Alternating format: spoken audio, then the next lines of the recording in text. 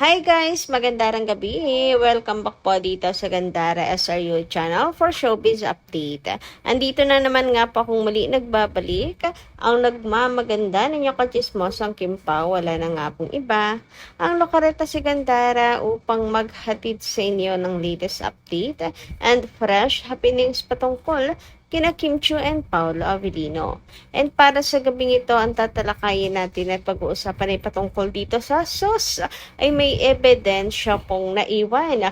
Aba, at ang kismark ni Paolo Avellino, abay talaga naman pong visible.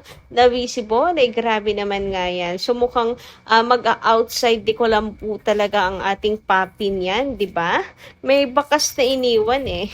Anyway, bago tayo mag-start sa mga hindi pa po nakaka-subscribe dito sa ating channel, kung isa po kayo sa mga naghahanap araw-araw ng mga ayuda, update, ganap, and malaman ng mga events nila Kim and Paolo, nasa tamang channel po kayo, kaya i-click nyo na yung subscribe button at notification bell na nariyan sa baba upang kayo ay maging updated at ma-notify tuwing may bago tayong chika at balita hinggil sa Kim Pao. Basta mga balita na may kinalaman kina Kim Chiu and Paolo Avellino, sagot na po natin yan. And unahin nating pag-usapan ang itong nabasa natin kung saan kailan nga daw kaya natin makikita na magkakaroon ng dance number si Paolo and Kim na magkasama. Alam niyo, gusto ko cha-cha. Huy, cha-cha. Maganda yun, guys. Kayo, palagay ninyo, kung mapapasayaw nga si Paolo Avellino, pero sumasayaw naman siya. Siguro hindi niya lang talaga hilig at parang mas prefer niya yung kanta siguro. Kaya kadalasan yung prod niya ay kanta talaga. Pero malay niya naman, pag si Kim ang request, hindi makatanggi ang ating papi, hindi ba? So, sabi nga dito ni Karen Chua, ayan, when kaya sila ni Paolo Avellino magkakaroon ng dance number kahit tumayo lang si P at si Kim Chiu na ang bahala. Hoy, wait lang! Yung doon sa Kim Chiu na ang bahala, iba yung naiisip ko. Sabi na kasing matutulog, matutulog paggabi, umaga tayo magano para hindi ko anong pumapasok sa isip natin. Charot. Anyway, super pretty naman nga at sexy ng ating Kim Chiu dito. Grabe naman nga yan. Talagang kanyang-kanya po ang floor, 'di ba? She's on fire. Yan po ang ating nag-iisang queen of the dance floor. Super pretty talaga. Anyway, dumako naman tayo dito sa grabing kilig at saya na hatid ni Paolo Avellino sa mga contestant. Kaya siguro si Pao talagang mabenta sa mga fiestahan talaga. Lagi po siyang nire-request. Lagi po siya talagang kinukuha. Kasi maganda talaga yung ni Paolo Avellino. Kumbaga, alam nilang sulit na sulit ang ibabayad nila kung si Paolo talaga yung kanila pong kukunin. Kasi kahit saan pong sulok talaga ng Pilipinas at ibang bansa ay marami pong humahanga. Kilala po si Paolo and crush talaga si Paolo. So, eto sabi nga dito, when Paolo kissed the contestant and she started jumping like she just won the lottery, I realized some kisses come with bonus happiness. At yun ang laging hatid ni Pao sa bawat event na pinupuntahan niya. Laging good vibes lang. Hashtag Kim Pao, hashtag The Alibay. Grabe. Kung tayo rin naman po ang nandiyan, abay talagang sa totoo lang, ay ganyan din tayo. Or ganyan din talaga ako. Ay, ikaw ba naman ang haranahin ang isang Paolo Avellino? Alkan sa kamay. Ay, talagang wala pong paghuhugas ng kami na magaganap sa loob ng isang buwan. Charata.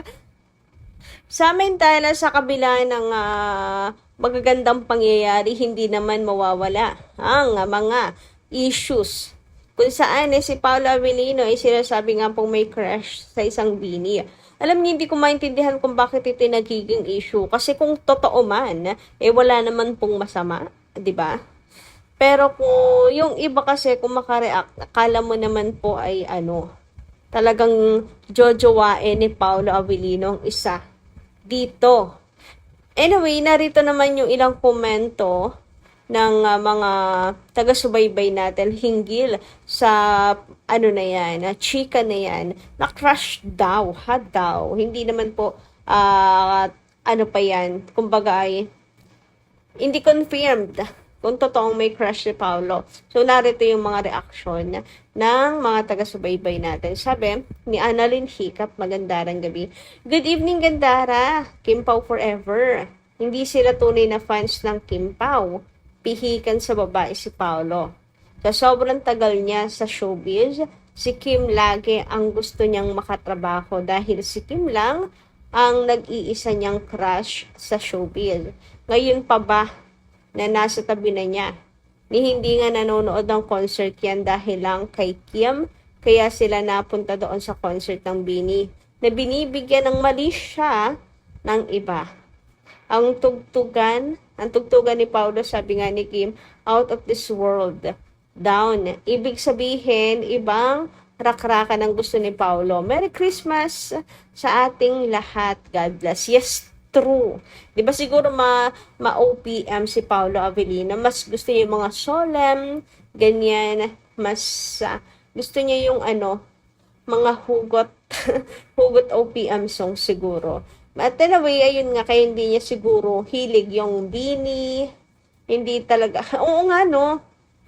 Dito pa lang sa hindi pumupunta ng concert si Paolo, paano magkakakrush si Paolo sa isang Bini? Hindi nga siya updated, hindi po siya dumadalo, hindi po niya tight yung songs. So, why? Why may issue? Thank you so much, Annalyn Hiccup. Dito sana'y maliwanagan na pong iba at mahimas masana.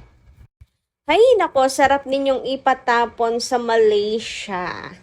Dahil masyado kayong mga malisisyoso. Grabe, na binibigyan lang po talaga ng Malaysia ng iba. Samantala, sabi naman dito ni Gilda Floresca, magandang gabi. Ma'am Gandara, ewan ko kung bakit gusto ng mga fan na diktahan si Paolo. Please lang, si Paolo ay matalino. O, di ba, nakakapital po yan, ha? Lahat. Nakakapslak yan, matalino si Paolo na tao. Ako kung minsan nahihiya akong basahin ang mga comments ng mga tao na nakakairita na sila. Parang gusto nilang hawakan ang leeg ni Pao. Magawa naman kaya ni Pao. Magawa naman, umaawa naman kayo kay Pao. Lalo niyong ginugulo ang sitwasyon ng buhay ng Kim Pao. Sige, mag-advise na lang po kung mag-ask ng opinion natin. So, ayan, advice na lang ay iwasan po ninyo ang pagkakape. Masyado kayong advance, no? Kinakabahan agad. Porque ganto, ganyan. Yung utak nyo kung saan na napupunta, okay lang sana kung positive kasi negative. Na kapag ganyan kayo laging negative, ay, mabilis talaga kayong tatandaan yan. Samantala, ayon naman kay Ma'am Helenita Catalasan. Magandang gabi, shoutout Ma'am Helenita. Hello, Gandara from Paris, France. From Paris. Saan naman nakuha na may crush si Paolo Avellino? Sa isa sa member ng Bini. Sa utak po nilang mas malilisyoso.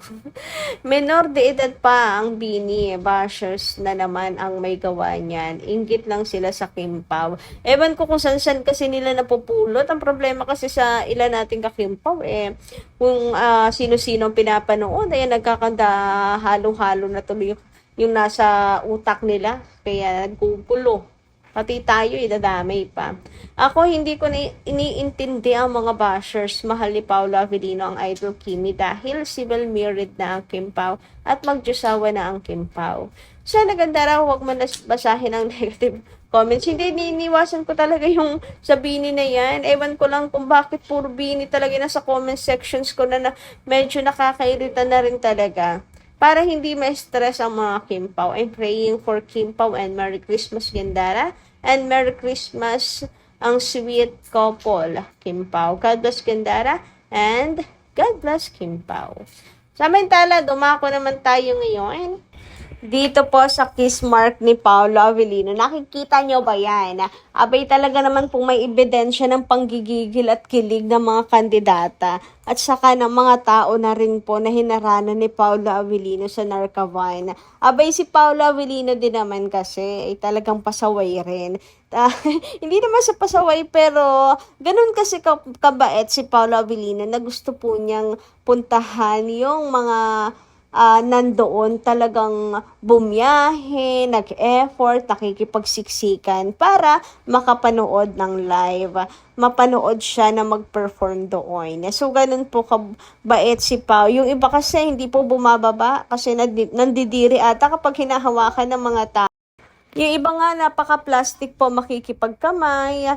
Halimbawa sa senior na makikipagkamay, tapos biglang mag-alcohol. As in, may alcohol sila dun sa kanilang damit, dun sa kanilang couch, tapos mag-alcohol po sila. Grabe. Harap-harapan sa publiko after makipagkamay mag-alcohol. Yun totoo, di ba? Sobra naman yun.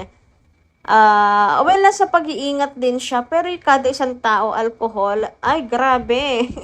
Grabe naman ka-plastic ng ganong klaseng tao. Pero si Paolo Avellino, napakabait po. So, ayan, may naiwan tuloy his mark. Biro tuloy ng mga fans. Sabay, may outside di Colombo talaga niyan. May bakas talaga eh. Pero in fairness, no, sa Narcavan, grabe, dami nagmamahal kay Paolo Avellino doon. Sobra. Dami kayang tining-tili kay Paolo Avellino. Kinikilig po talaga sa kanya. So, yun lang muna ang ating update. Maraming salamat po sa inyong pakikinig. Kita-kits po muli sa mga susunod natin, chikas. Maraming po salamat.